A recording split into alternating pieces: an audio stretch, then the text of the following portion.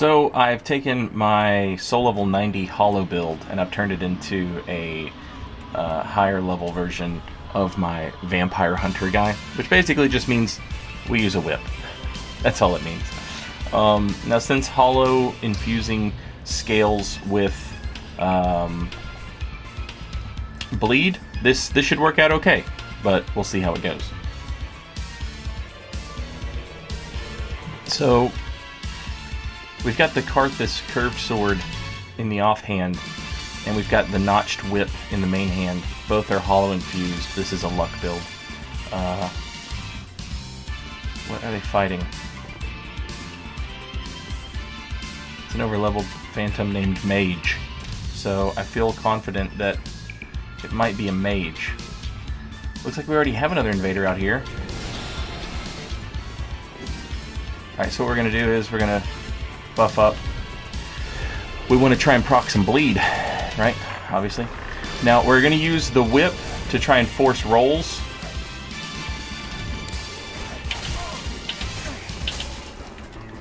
And combos.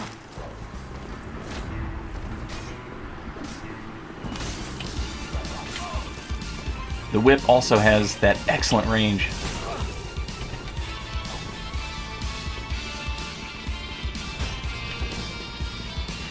This is what happens when a host thinks they're an invader.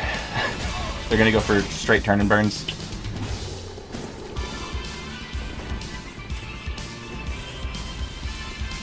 All we have to do is just not die at this point. Ah, just off.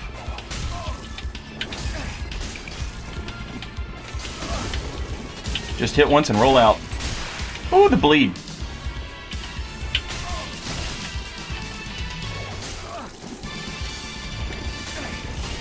Oh, hit the wrong guy.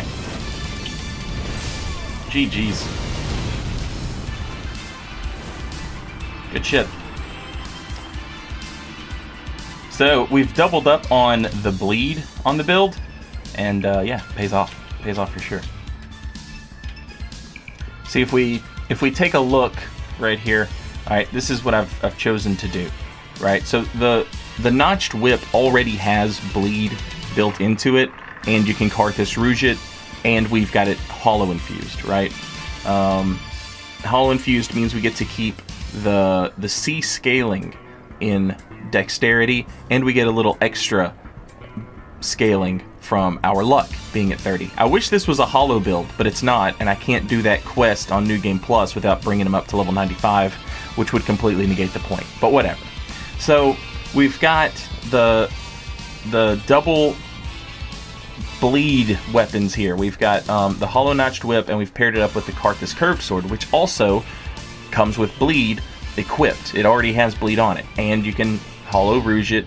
Karthus rouge it, and then you've got even more bleed piling on. And again, luck weapons. This is why, you know, that's why this was. I've said this a million times. This is why this was meta. Is because it keeps its C scaling index. And now all of a sudden it gets a little extra damage from luck, and it can bleed you faster. It just works out great. So what we're doing is we're using the whip to either keep people away from us, or if they try and roll in, we get, a curved sword. You don't roll into a curved sword, but, I'm trying to limit my opponent's options here. Now, when it comes to multiple opponents, obviously we're going to have to try and maybe rely more on the curved sword. But I've also got a hollow straight sword, which we can use as well, and we can, maybe hit multiple people, get them off of us and stuff. You lose out on the pokes. Obviously, I'm a huge fan of the pokes, and with the Karthus being in the left hand, we lose out on the cool combos with the R2 and the weapon arts and all that stuff. But, in a situation where we don't need the whip, or the whip hinders us, we can just ditch it easy. But the build has a nice synergy in that way, in that it can build up that bleed, which is nice.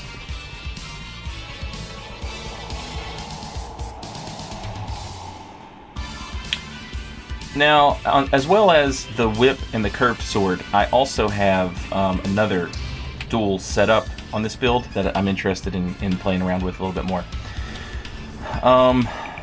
The soul level, I made a soul level 60 version of this with Witch's Locks and the dark infused follower saber. and it was pretty fun. But I noticed another thing I was having fun with was Chaos Dagger in the main hand and a straight sword in the offhand. I was having some fun with that as well. It's an interesting setup, and one that has I've wanted to play with it forever. Oh, the straight sword. I've wanted to play with it forever, but got blues now. It sucks. The Fallen Knight that you meet in the right outside the Cathedral of the Deep, you meet a Fallen Knight, and he's using offhand dagger, main hand straight sword, and you get the ice pick handle, which is cool as all hell.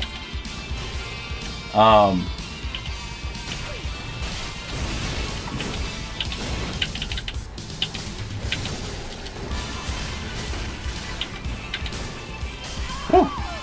But unfortunately, you only get L2 attacks, which are trash. Not a fan.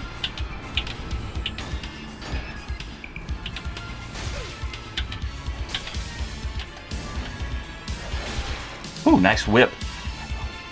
So I started using the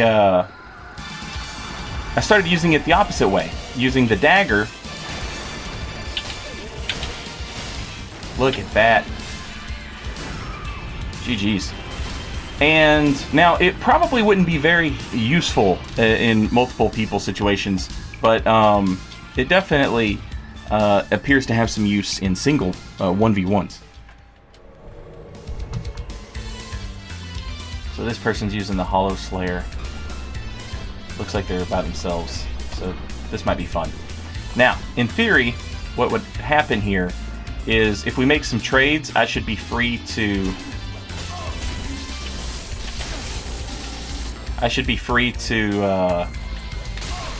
get them with the offhand. Why would you throw away your hyper armor like that, sir? Don't understand.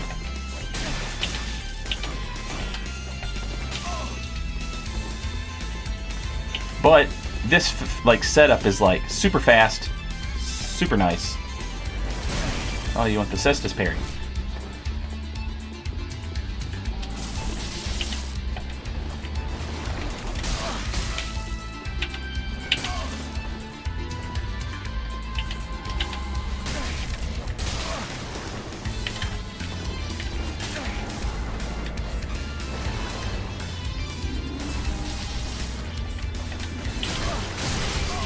Alright, I'll back off a little bit.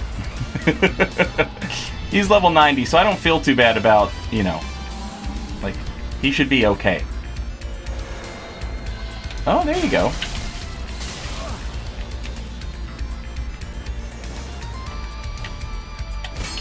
Charge that R2 up.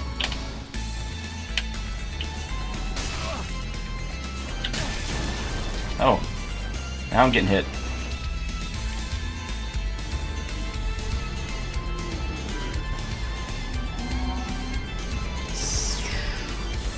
Curious how much longer this seed is going to last.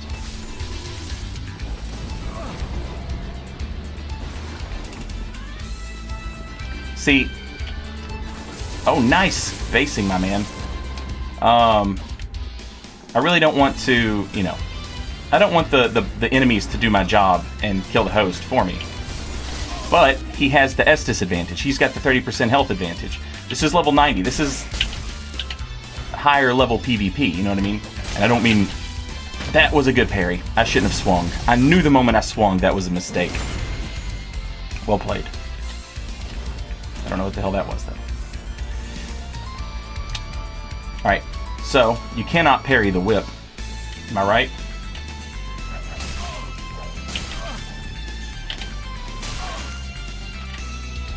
Can't parry it. Oh, nice backstab. I didn't interrupt it fast enough.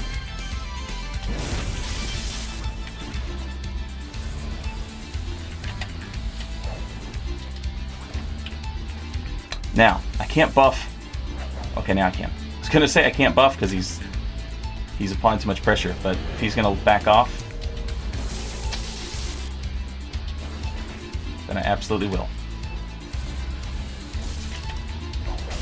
Oh!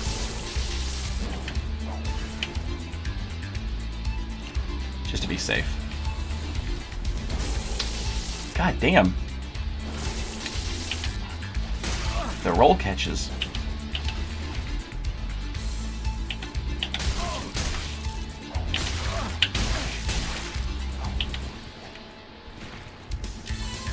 See? Burned through my Estus quick.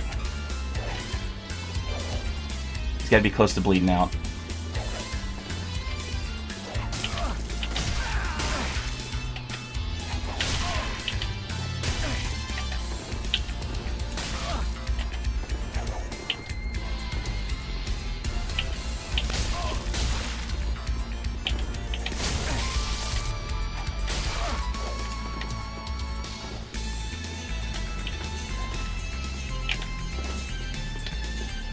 Now,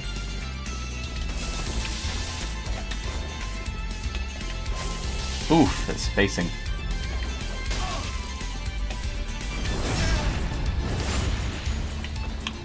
The whiffed backstabs. Is he looking to heal or is he out? God damn. Never runs out of Estus.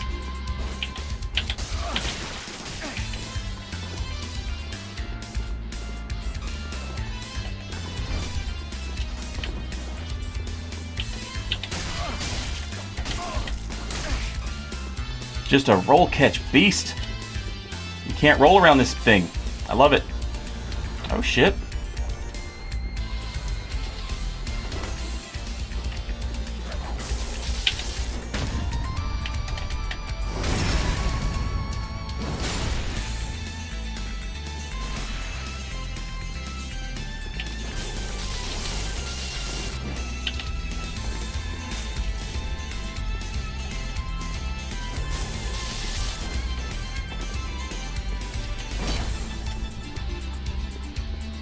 My man used the Divine Blessing. I'll use one too. This is a good fight. I'm having fun. I hope he's having fun. Alright, try and get some more bleed going here.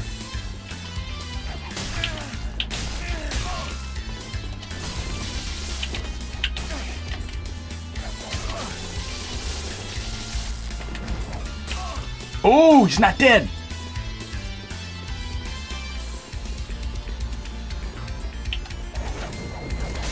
Roll catch. God, that's a good... Oh, good fight, my man. That was good stuff. And we got to show off all those. That was a good fight. And we milked the enemies. You know what I mean? We made him use some of that Estus fighting the enemies as well.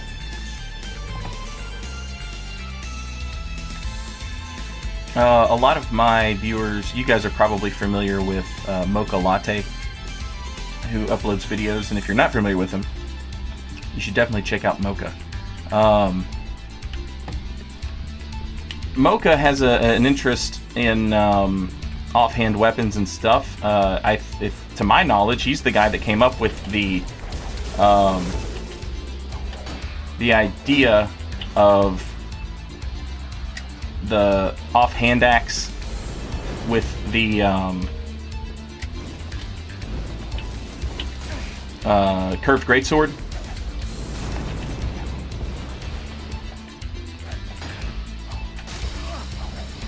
That shield is not going to do shit against this bleed.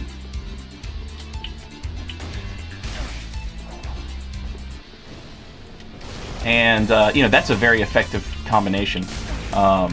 And what he's done is he's made up for the weakness in the...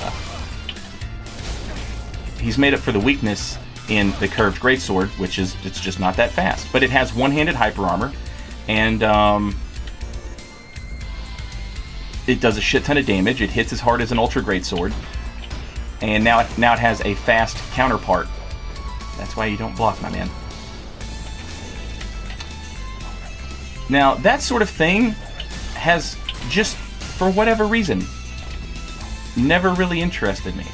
A lot of you guys probably know Narcolept. He's the guy who, you know, over in the Soul Level 90 Discord, the Narcolept build, which is, you know, Gale's Greatsword and an offhand rapier, and you know, that's a cool little combo that he's come up with that a lot of people have liked and used it since then. I've played with it a little bit. It's fun.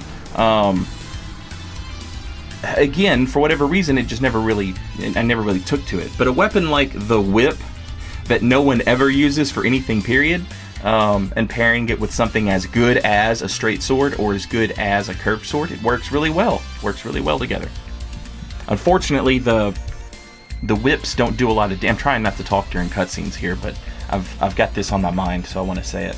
The whips don't do a lot of damage, but that's why the whips all have secondary effects. The notched whip bleeds you. The spotted whip poisons you. You know, all these whips have a secondary effect. If you want a whip that does damage, you're going to need to use the Witch's Locks on a, you know, like a Pyromancer, a dark build sort of thing. So, you know, your whip is actually, you know, doing decent damage. And then, like I said, on a soul level 60 version of this, I have that, and I've paired it with a Dark Follower Saber, and the whip actually hits hard. It actually does damage. It's pretty cool. But, yeah, using something that you don't see very often, like the whip, that's where, like, if I'm going to dual wield weapons, and I want to see something that, like, you know, I'm going to try and make some use out of this. The hand axe, I guess you could argue, no one ever used it until they started putting it in the offhand and using it like a roll catch machine. But it's been like that since Dark Souls 1. The hand axe has always been, you know, that good, hit that hard. It's a fucking curved sword for strength builds. But yeah, the whip interests me much more, just because, you know, no one ever uses this damn thing, and it's cool as hell. Also Castlevania.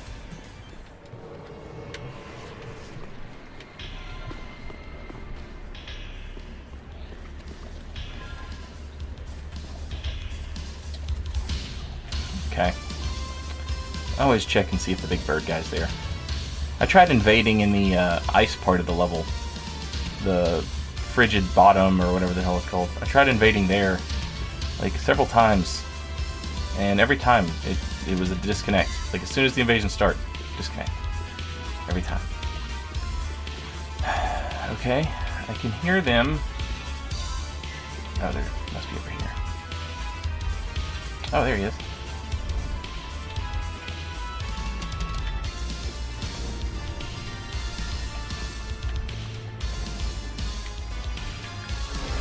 Now, a thought occurs to me. I should definitely invade. Oh my god, that bird is going to kill him.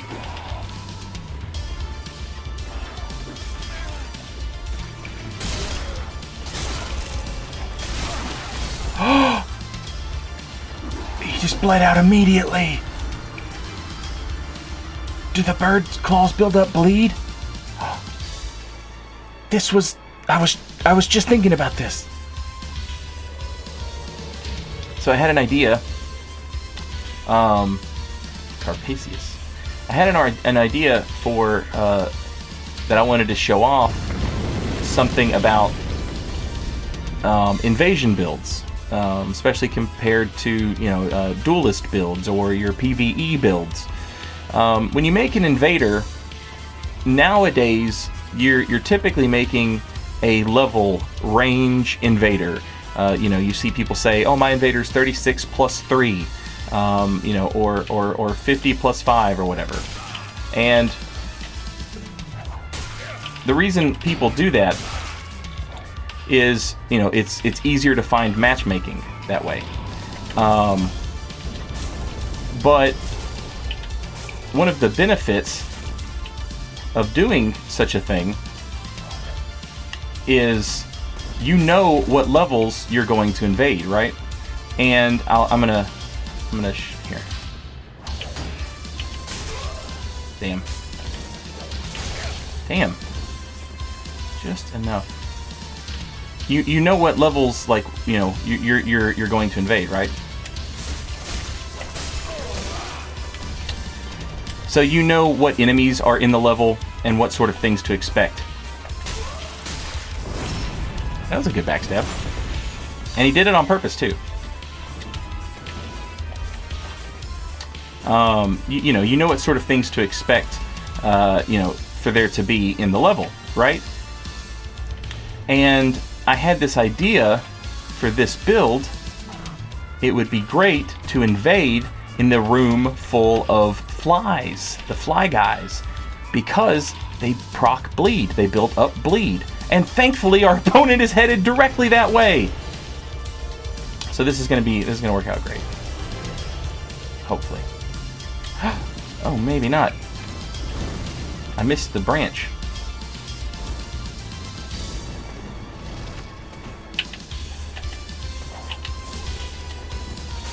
Oh, I rolled into the tree.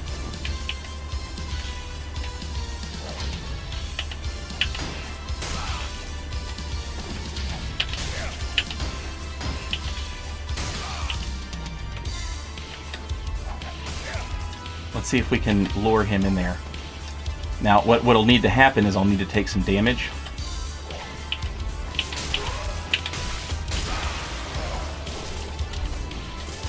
And then I'll retire in here to heal. And then hopefully he'll follow me in here. That fireball did no damage. But I'm going to heal again.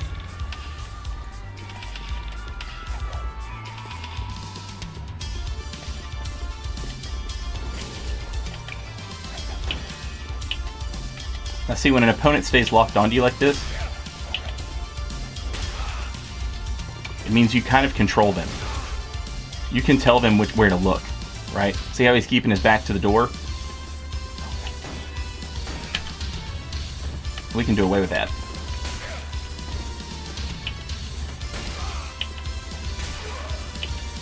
We want him backing up. Oh shit. Oh no! God damn it. Wall stuck.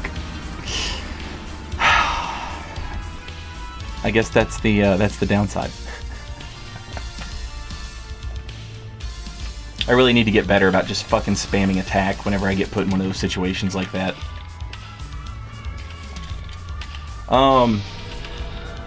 But yeah, so you know what the level is like, where your character is going to be invading, right? So you can play that. You can play up to that. These dudes right here, you know, they cause the host to bleed. They have attacks that build up bleed. So if I'm also using bleed and I'm attacking people, you know, and if I'm invading people in this room and I know that, then my bleed build is more effective, right? Which is a part of making an invasion character that no one ever talks about. Everybody's always just like, super OP build. I used a straight sword and a shield. Wow. Oh, wow. Did you? Which is fine and dandy, you know, and that's like an all-purpose sort of build. But here in this level, for example, we can use bleed. If we made an invader for the Farron Keep, we might want to throw poison on that build. We might want to make a poison build or something like that.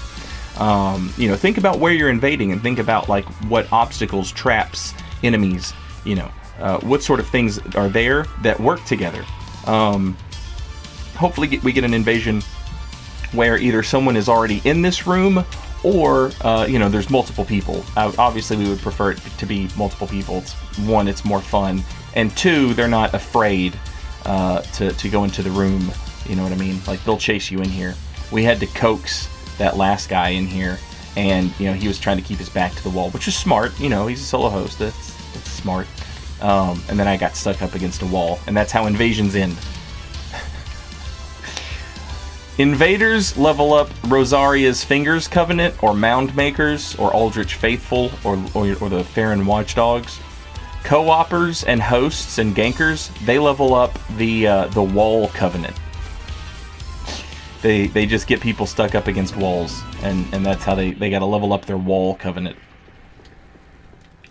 So I keep trying to invade inside the fly room, but the fly room is apparently just part of this zone, which sucks, but what are you gonna do?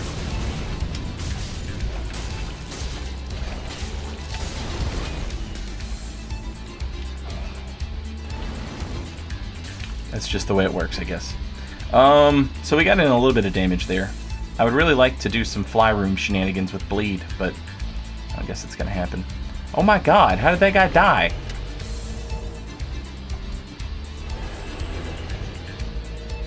Unbelievable. I hit him a few times with the Karthus Curve Sword. He rolls away, and then he just dies for no reason.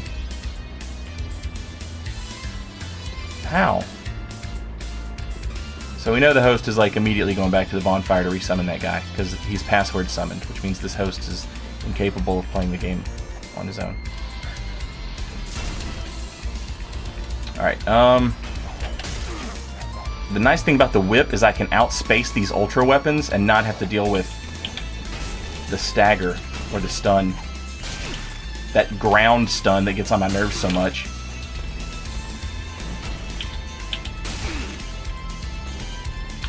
Also, this thing's rolling attack is absolute trash. The Yorm's machete is absolute trash.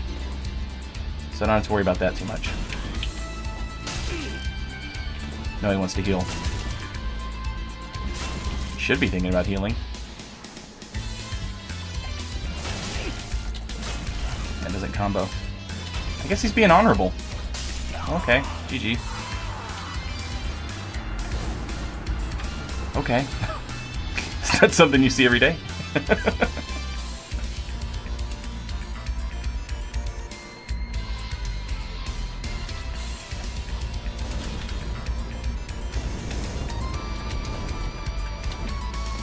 Hello.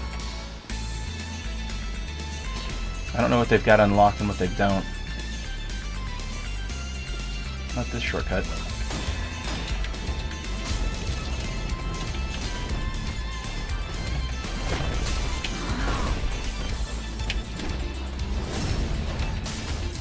That guy's latency is just absolute not good. Very glad that didn't kill me. Alright, so they're about to come up here into the wolves.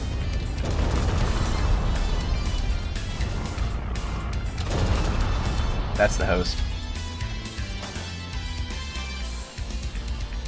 Bye. God damn. This is what happens when you play with phantoms. That's how good you are. That's how good of a player you are when you play with phantoms. Hey, that's Revion.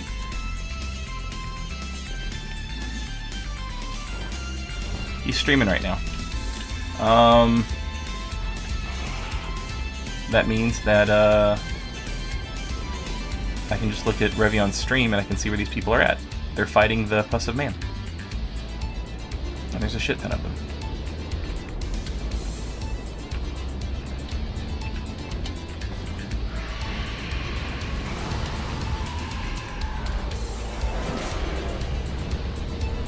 I'm gonna take this off so Rev doesn't get confused.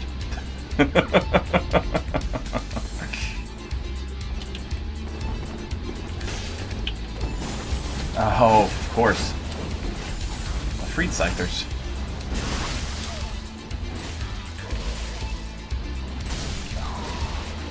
God damn, Rev's already killed the host.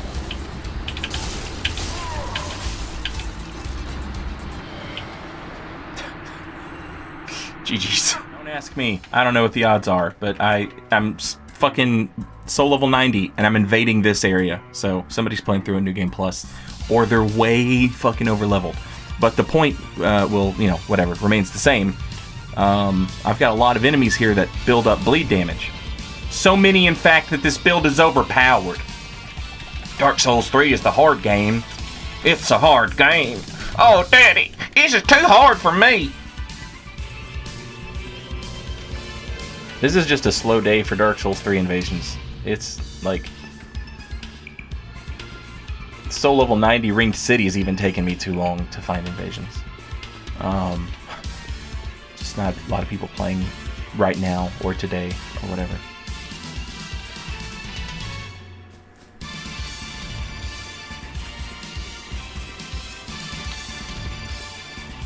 Oh.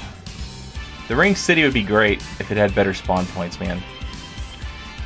The worst thing about spawning in the ring city is they've never bothered to make spawn points dynamic, right? If you open a shortcut, spawn locations for invaders should change. You know, see how that shortcut's open? This dude could already be fighting the boss if he wanted to, and this would have been a pointless fucking endeavor. But here we are. All right, this dude's like super passive, so I'm gonna buff.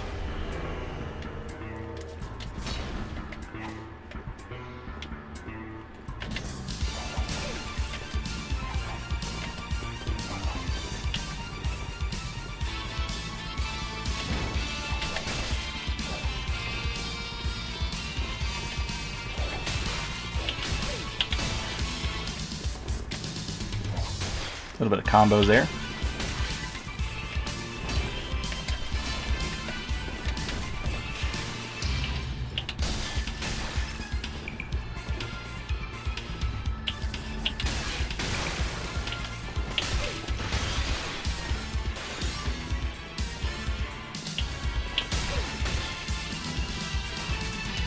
He's content to just keep trying to heal in my face. GG's. Well, that'll do it for today. Thank you guys for watching. GG's, everybody. Goodness gracious. I really like this build. I really like this idea of dual wielding, you know, maybe stuff you don't see that often together. You know, like I said before, there are other players who have done this, and they do it better. They make better combinations of weapons or whatever, but what's best has, again, never really interested me as much as what's stylish or what's cool or what's fun to play. What feels good. And I really like the idea of, you know, being able to use a whip, especially at soul level 90, you know? That's a big deal. These things are decent at lower level, but, you know, you pair it up with a curved sword and all of a sudden, holy shit, people have to, like, they can't roll into you. You've got them at this huge range disadvantage. A poise weapon would work. This is not an unstoppable build. A poise weapon would be a good choice if you saw somebody running this. Alternatively, you could try and turtle up, but since I'm running bleed, that, you know, that wouldn't. I would eventually, you know, hopefully bleed a turtle out. But yeah, this is a lot of fun, and then I'm also enjoying this one as well. And then just sort of like mix and match as you please, and you know, you can do all kinds of different stuff. It's a lot of fun. This is the build. I've used the same build for quite a few videos now, I think. Again, I wish it was actually a hollow character. It's not, and that sucks. Because we'd get even more bonus scaling with our luck and stuff, but as is, no go. But thank you guys for watching, very much appreciated, and yeah, see you guys next time. Later, y'all.